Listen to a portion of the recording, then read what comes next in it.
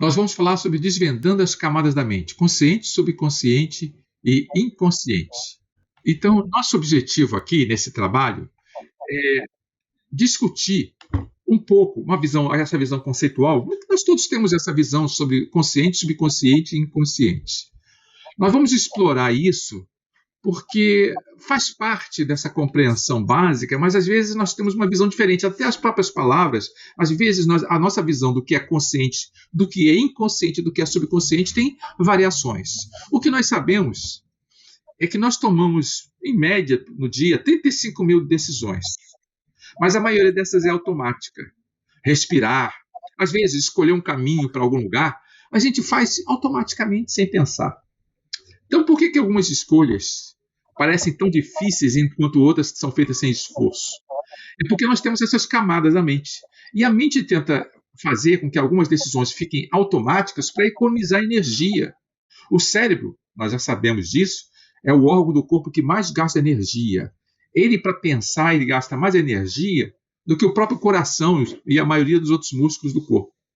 Então, nós temos essa divisão entre o consciente, o subconsciente e o inconsciente.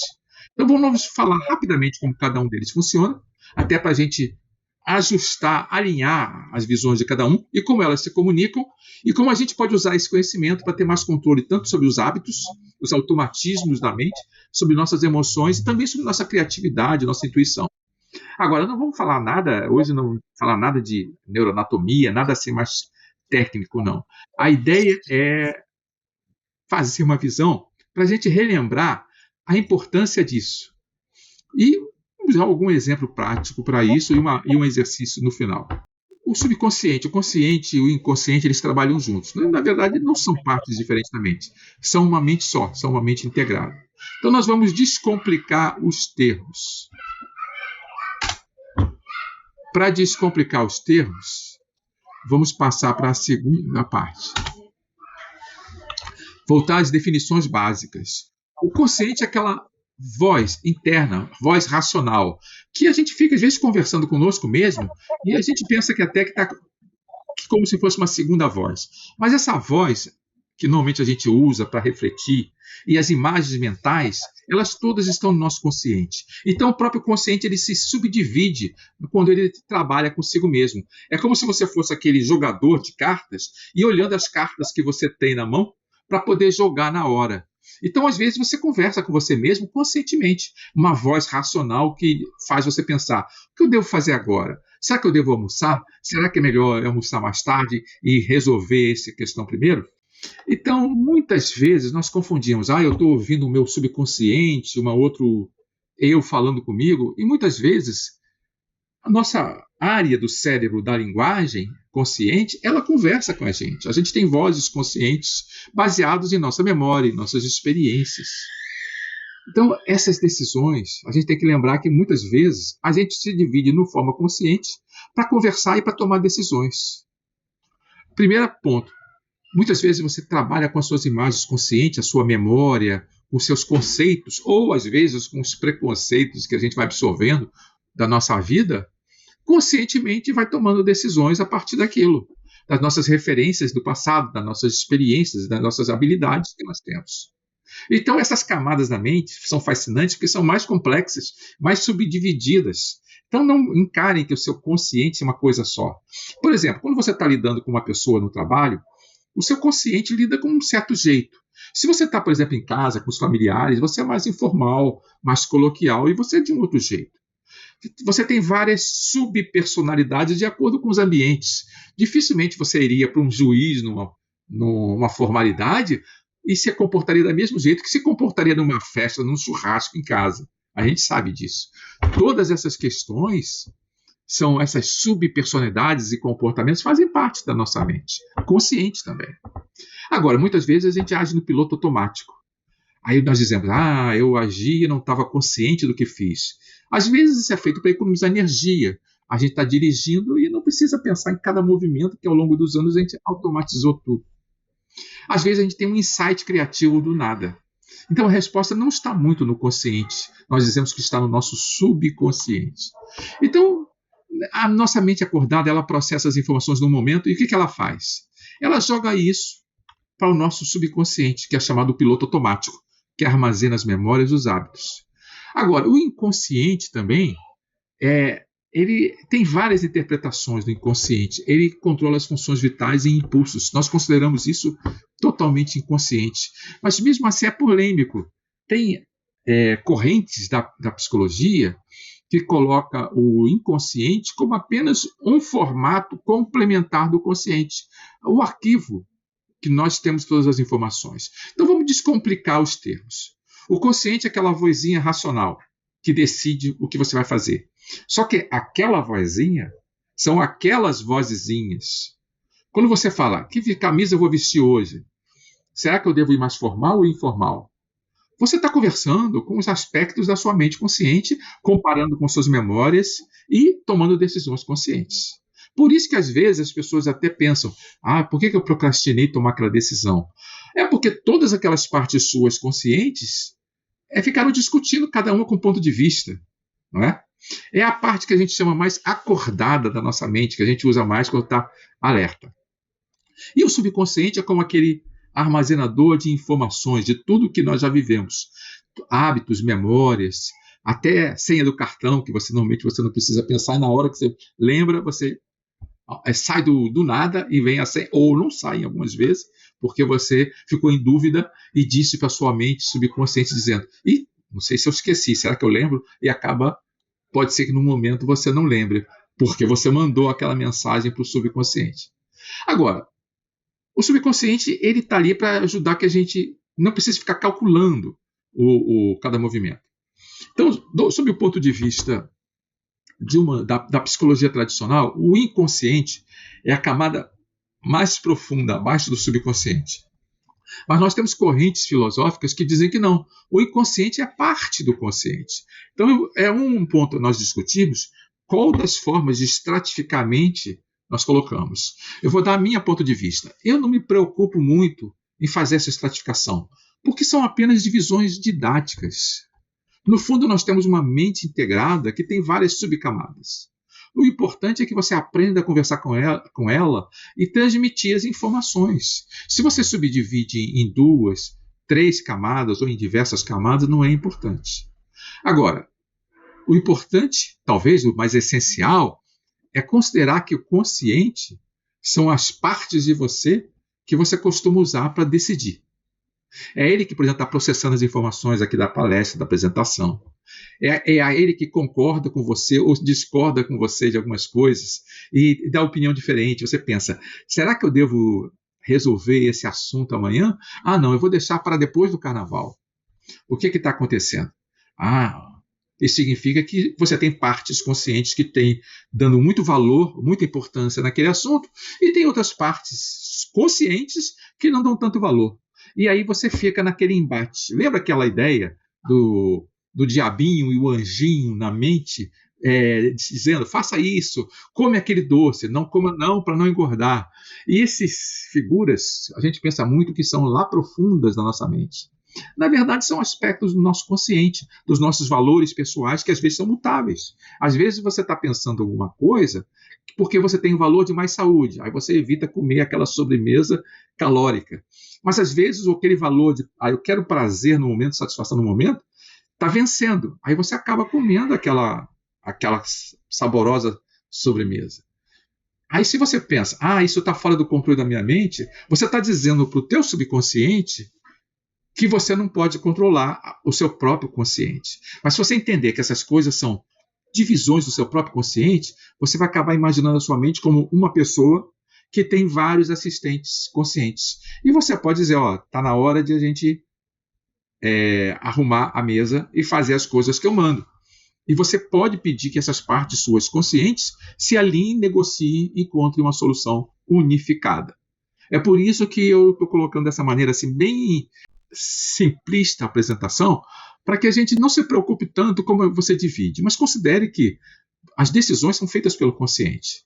O subconsciente, a gente chama de piloto automático, porque ele está ali para economizar. Mas quando é piloto automático, ele não está ali para escolher. O GPS, ele te diz o caminho, mas ele não escolhe o caminho por você. Quem escolhe é você é o navegador, a mente consciente que decidiu. Eu quero ir, sei lá, ao restaurante que eu visitei semana passada. O teu subconsciente busca informações arquivadas, o endereço é assim, ou lembra que nós comemos aquele coisa deliciosa. Ele armazena as memórias, os hábitos, as emoções positivas ou negativas. Se você foi em um lugar que você comeu mal, você vai sentir a lembrança de que não quer voltar lá. Então, ele ajuda a repetir as informações sem muito esforço. Mas ele não está aqui para mandar você. O subconsciente, a gente pode chamar de o arquivista, enquanto que o consciente seria o decisor, né? E a gente, lembrando que são os decisores, né? São várias opiniões, vários assistentes dando opinião. O subconsciente seria o arquivista. Ele guarda o que a gente aprendeu e ajuda a relembrar em alguns momentos. Não é? Agora, como ele lembra e conecta a memória não só com informação, mas com emoções, com sentimentos, quanto mais você coloca emoção, interesse no sentimento, mais fácil você fica a lembrar. E se essa emoção for desagradável, desconfortável, você vai lembrar muito bem, mais ainda, porque o teu subconsciente quer evitar que você passe por uma situação desconfortável. Vamos supor alguém que começou a dirigir e na hora que começou a dirigir o carro morreu. Ela vai associar no subconsciente um pequeno desconforto com começar a dirigir. Aí depois ela diz, eu não sou capaz de dirigir, tenho uma dificuldade muito grande. O que ela só está dizendo é que o subconsciente, obedientemente, conectou essa palavra, eu não sou capaz de, e a emoção desconfortável com a memória da direção. E criou todo um padrão, né? Eu não vou entrar muito em conceituação teórica, alguns chamam de engrama, outros chamam de programa, outros chamam de crença limitante, mas não importa o nome que a gente fala. Mas significa apenas que foi arquivado aquele junção de emoção, sentimento, memória e frases, declarações, afirmações sobre si mesmo. Então, a forma como a gente arquiva essas informações, o nosso arquivista, que é o subconsciente, pode nos ajudar ou sabotar as nossas decisões, sabotar nossas ações no dia a dia. E o inconsciente, sob esse ponto de vista aqui, sendo a camada mais profunda, teoricamente seria para trabalhar as funções vitais, respiração, batimento, aqueles impulsos básicos que teoricamente você não arquiva e muda.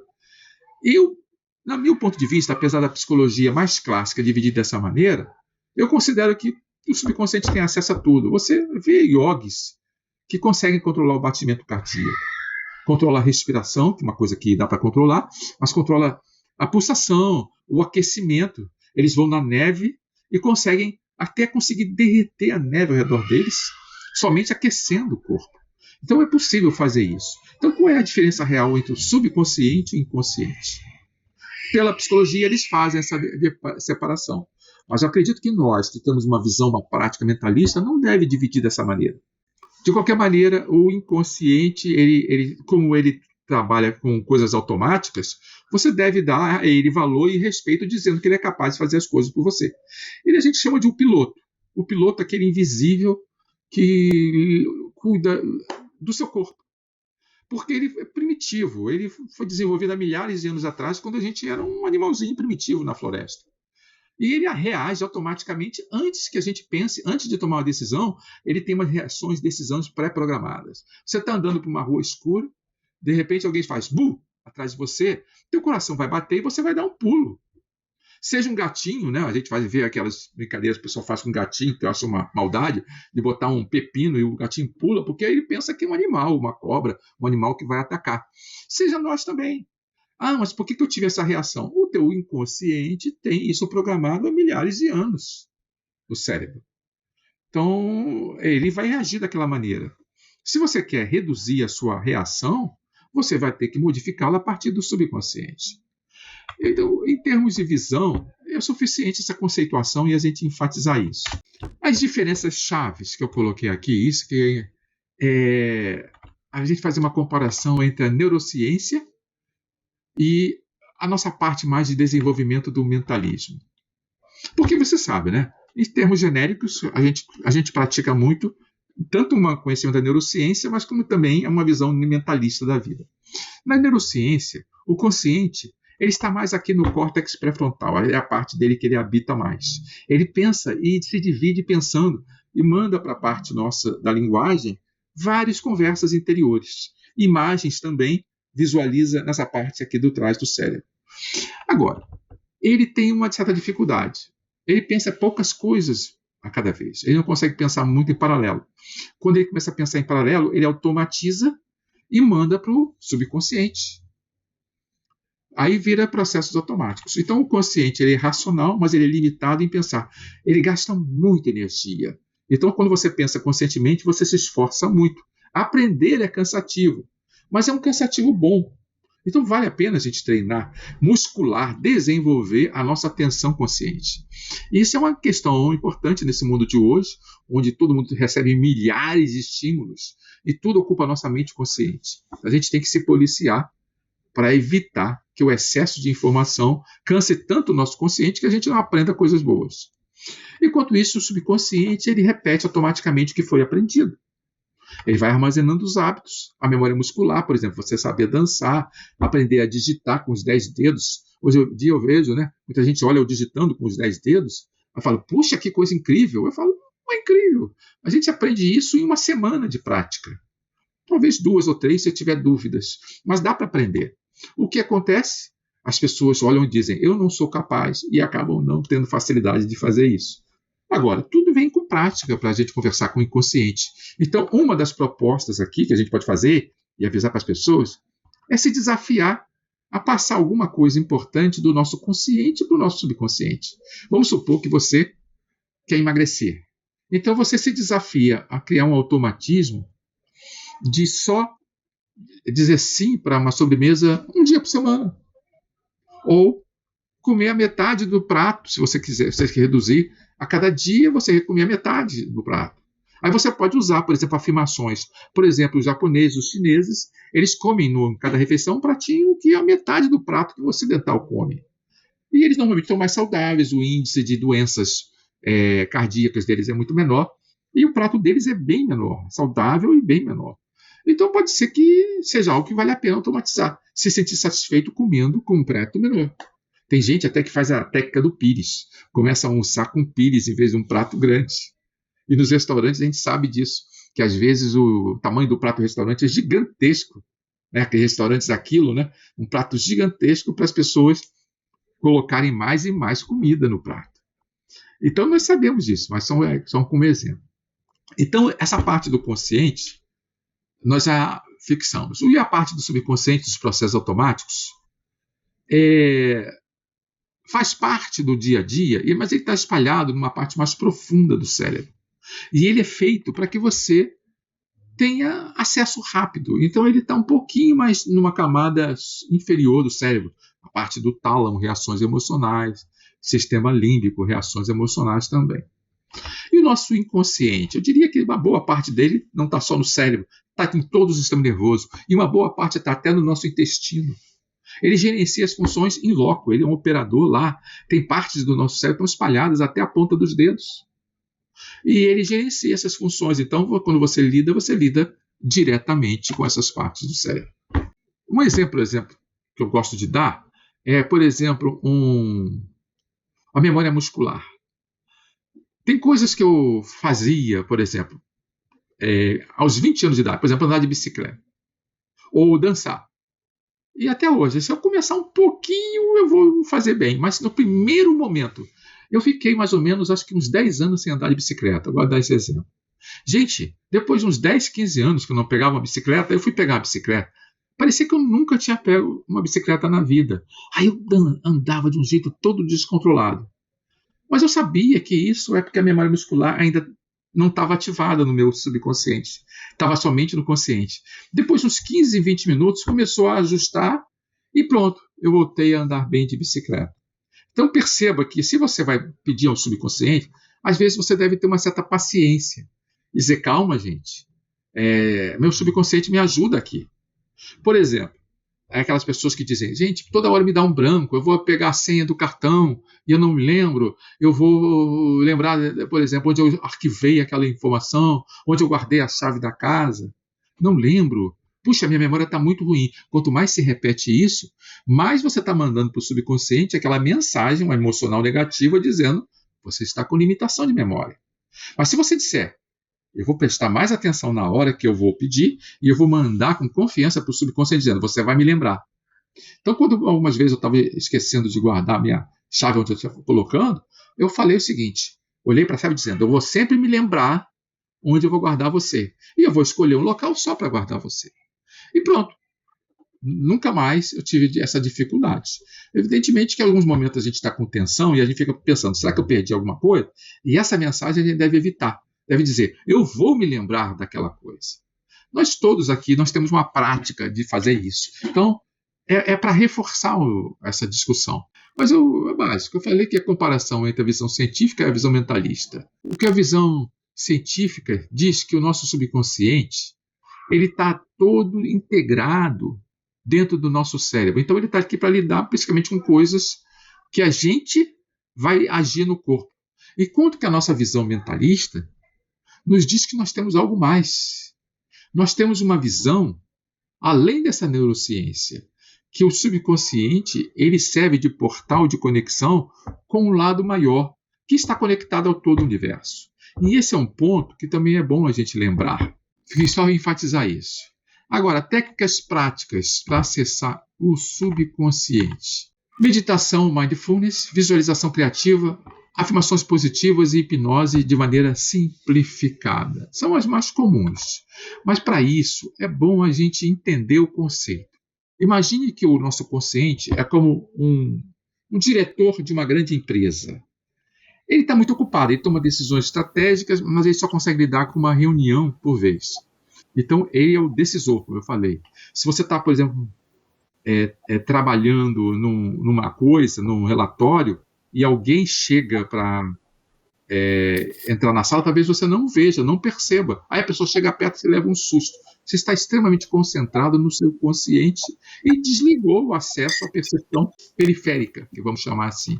Entendam que o fato de ele pensar uma coisa de cada vez é importante, porque é para você pensar e decidir algo extremamente importante para todo o seu subconsciente usar. Muita gente diz assim, eu não sei como tomar essa decisão, eu vou pedir ao meu subconsciente para tomar essa decisão comigo. Não é a função do subconsciente tomar a decisão, a função é você refletir o melhor possível, usar a sua mente consciente, pensando todos os prós e os contras, os valores que você tem, mastigar com sua reflexão, seu julgamento, a sua percepção e quando você tiver chegado melhor e você achar que tem falta de informação, você pode pedir ao teu subconsciente para te dar informações complementares ou pedir o acesso, aquela visão mentalista que eu quis falar, para informações que você não teve, informações de percepção efetiva exterior que não estão tendo acesso para o seu consciente. Então você só vai fazer isso depois de esgotar a preparação consciente. E essa é a questão. Porque muitas pessoas que começam a dizer, minha mente é poderosa, então eu vou deixar para ela resolver tudo por mim. Primeiro que o nosso consciente não é multitarefa, ele precisa de um certo tempo para refletir. E segundo que o subconsciente está ali para agir. Ele pode servir de canalização, de conexão com a parte intuitiva da sua mente, com o seu eu superior, com a visão mentalista. Mas o teu subconsciente é para executar, não é para tomar decisões por você. Então o subconsciente é o assistente. Enquanto que o consciente é o chefe e o subconsciente é o assistente. Ele armazena as informações, tudo que foi aprendido, para evitar que você tenha que se esforçar em pensar de novo, tudo de novo, em outra vez. O inconsciente, eu não vou nem detalhar de novo, mas é como se fosse o sistema de segurança básico do seu corpo e da sua mente. Ele reage automaticamente usando o que ele aprendeu durante milhares de anos. Se você, por exemplo, tem uma reação excessiva a algo, você vai dizer, gente, meu inconsciente está reagindo a isso, mas não é. Eu já falei uma vez numa palestra que quando eu era mais ou menos uns 7, 8 anos, eu fui visitar um prédio de construção que meu pai queria comprar um apartamento lá. E subimos, estava lá em construção, subimos uma escada, muitos e muitos degraus de escada, eu estava cansado. E ele me segurando pela mão.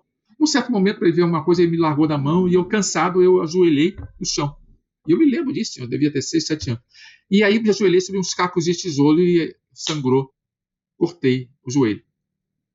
Eu estava num andar muito alto, era mais ou menos foi aquele Morada do Sol lá no Rio de Janeiro, era mais ou menos o 12º, 13º andar, por aí. E aí sangrou, meu pai se assustou, me levou lá, eu tomei vários pontos, doeu na hora dos pontos, eu me lembro disso até hoje. Mas por que eu estou contando essa história, pessoal? Porque depois desse tempo eu cresci e, curiosamente, eu comecei a ter medo de altura sempre que eu passava do 12º andar. Às vezes, eu morava com minha família num andar mais ou menos alto, eu morava no 7º, 8º andar. Eu fiquei com medo do 7º, 8º andar. Esse medo de altura só se funcionava quando você passava o 12º. Aí eu tinha um medo, ficava extremamente desconfortável. É como dizer, foi uma programação que eu criei especificada pela altura. Então eu não tinha com altura baixa, só tinha com altura alta mesmo. Porque ficou marcado, alturas altas são perigosas. O meu subconsciente absorveu a informação automaticamente a partir da experiência. Quando eu entendi esse processo, já mais maduro, praticando as técnicas de reprogramação mental, eu percebi que, gente, não tem sentido. Tudo bem, o subconsciente, o inconsciente, ele tem um medo de altura visceral, porque quando a gente era um animalzinho primitivo na floresta, podia cair de uma árvore e se machucar. Mas ele só ativar para cima do 12º andar, não existe isso na natureza. O que existe isso é uma programação criada pelo subconsciente que mandou pro inconsciente. Aí o que eu fiz? Eu reprogramei isso mandando mensagens internas como esses processos aqui. Então, enfatizando isso, o subconsciente é o piloto automático.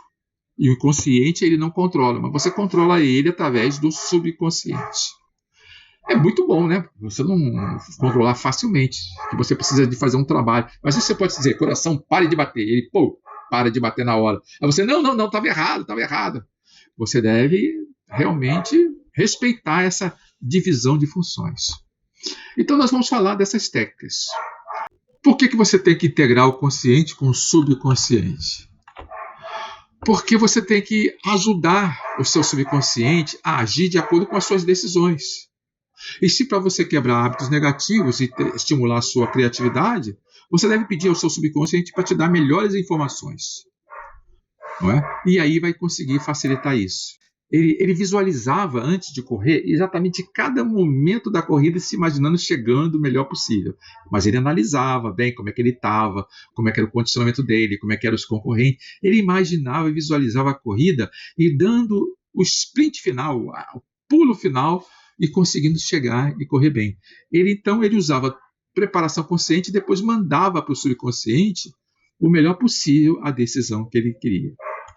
E agora, dando esses exemplos que eu anotei para a gente comentar, quais são as práticas mais comuns? Eu sempre fui a favor de práticas simplistas que não dificultem muito o nosso trabalho. A meditação, ou mindfulness, meditação da plena atenção, a visualização criativa e afirmações positivas, a hipnose. O que eu acho melhor é a meditação, 5 minutos diários, porque você começa a reduzir o ruído de muita coisa no seu consciente e se concentra em poucas coisas, colocando para sua mente, selecionando o que é o melhor para mandar para o seu subconsciente. Só 5 minutinhos por dia, para mim, já é o suficiente. Você se senta em um lugar quieto, fecha os olhos e foque na respiração. Se vier algum pensamento dizendo, eu tenho que resolver aquele e-mail, tenho que pagar aquele boleto, você não precisa lutar contra eles. Observe e depois diga, já sei, e deixa fluir, deixa passar. Apenas volte a se focar na sua respiração ou na sua atenção. Isso, aos poucos, faz com que você se foque a atenção e aí você pode pedir que o seu subconsciente te traga imagens que sejam úteis para aquilo que é importante para você.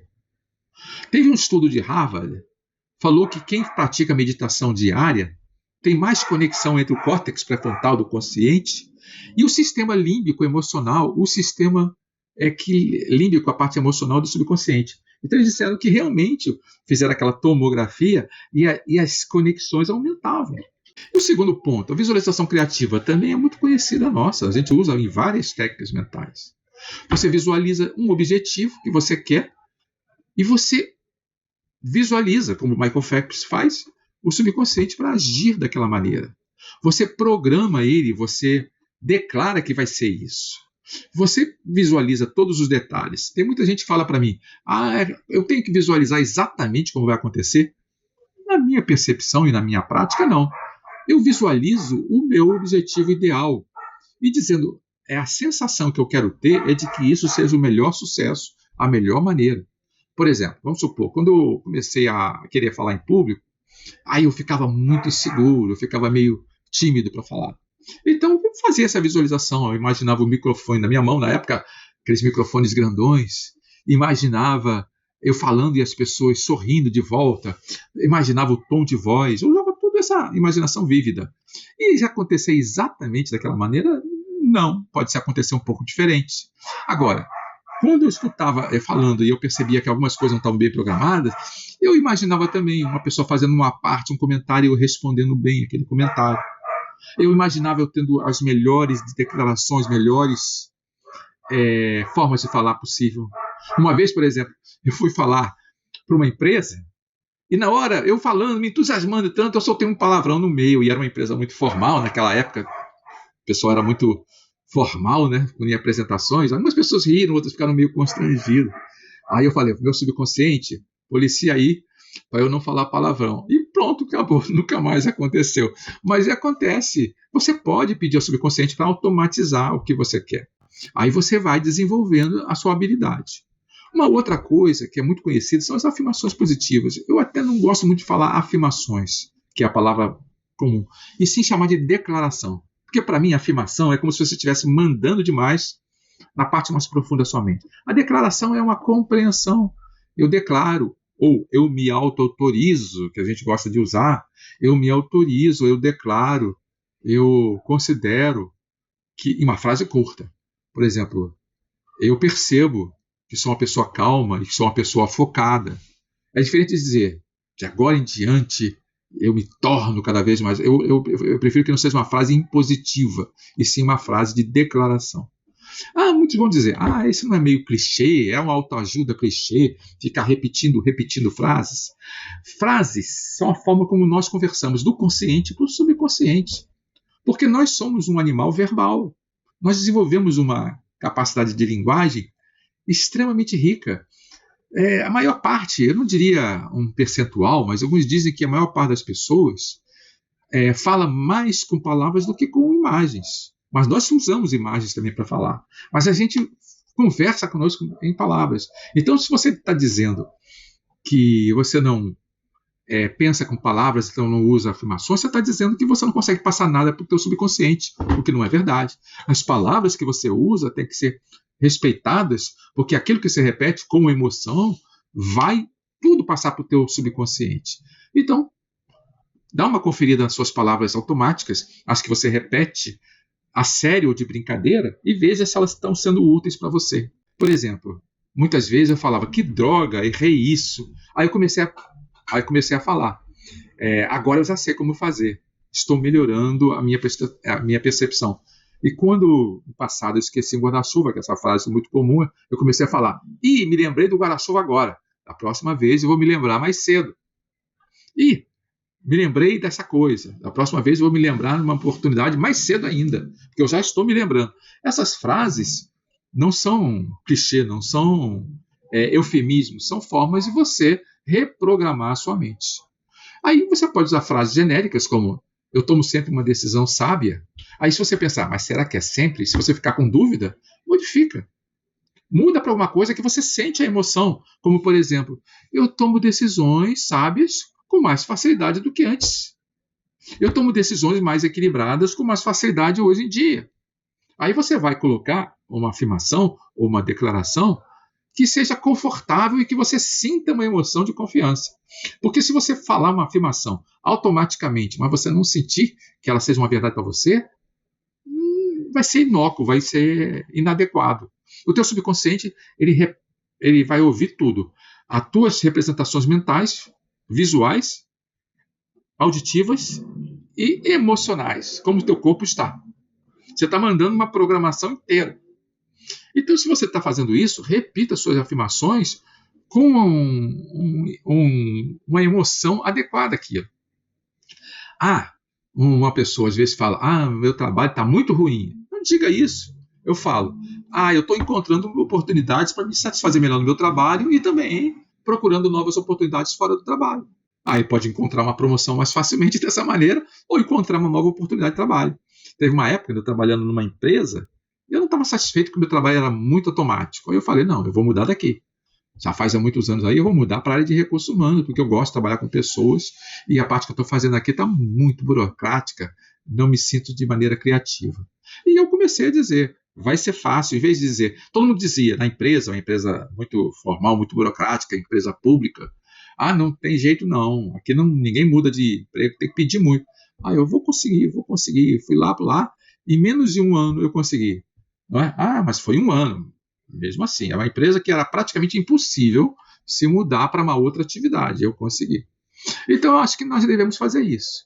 Prestar atenção, nem de forma simplificada, às nossas palavras. E um outro ponto, que a ciência chama de hipnose simplificada, mas a gente chama muito de programação mental. Eles colocam tudo no nome hipnose, mas o que é hipnose? Eu gosto de dizer que hipnose, hip, quer dizer hipótese.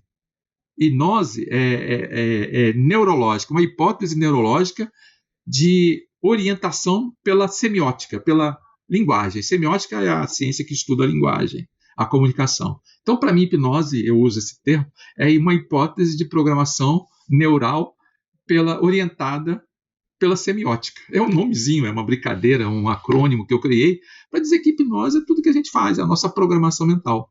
E para isso, nós sabemos, temos várias técnicas. Nós podemos usar isso com áudios guiados ou com nossa própria conversa interior. Nós podemos nos automatizar repetindo. Nós podemos também apenas relaxar e deixar fluir, usando nossas técnicas de meditação como base para esses estados mentais. Nós temos técnicas variadas no controle da mente que nos ajudam nesse processo. E também tem vários, por exemplo, hoje em dia tem aplicativos, tem Hipnobox, tem Headspace, tem até um que você passa na TV, onde fica lá uma programação e você fica relaxando, no YouTube também. Se você quiser só relaxar. E se você quiser fazer uma programação, sempre também é possível você apenas gravar a sua própria voz e fazer. O importante é que você entra no estado de relaxamento e permite que o teu subconsciente escute aquilo do jeito que você quiser. Pense que você pode se programá-la como um computador. Apesar de ela não ser exatamente computador, você vai usar os botões da emoção e das palavras. Da emoção e das palavras. Agora, tem um ponto aí que eu não coloquei, mas eu também acho importante, que é o chamado diário de pensamentos. O que é o diário de pensamentos? É uma técnica muito boa. Eu nem coloquei aí, mas eu achei importante a gente mencionar. Que é, anote seus sonhos, anote seus insights, anote os padrões repetitivos que você tem, adequados e inadequados, produtivos e improdutivos, para você poder reprogramá-los, modificá-los. Então, se você teve algum insight, alguma frase que você repete na sua cabeça e você quer modificar, o primeiro passo é você identificar o que é.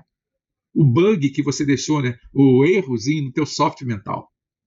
Se você toda hora que você começa uma coisa nova, você diz, e se eu falhar? O que vai acontecer? Aí você deve reprogramar isso com uma frase com uma emoção positiva.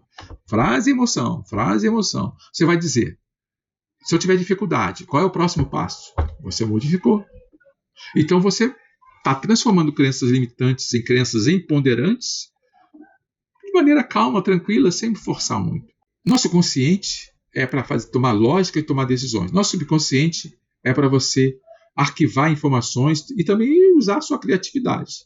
Nosso inconsciente é a sobrevivência básica. Lembrem-se disso. Mas eu tenho uma coisa que está me incomodando muito, que eu acho que está muito inconsciente. Você vai ter que usar o subconsciente. Pede ao consciente para preparar uma mudança para o subconsciente e tenha paciência, tenha calma, que ele vai mandar isso para o inconsciente. E tem o ponto 4, que não está nessa apresentação, que é justamente dizer o seguinte, é o superconsciente, é o eu interior, é a parte que está além do nosso corpo.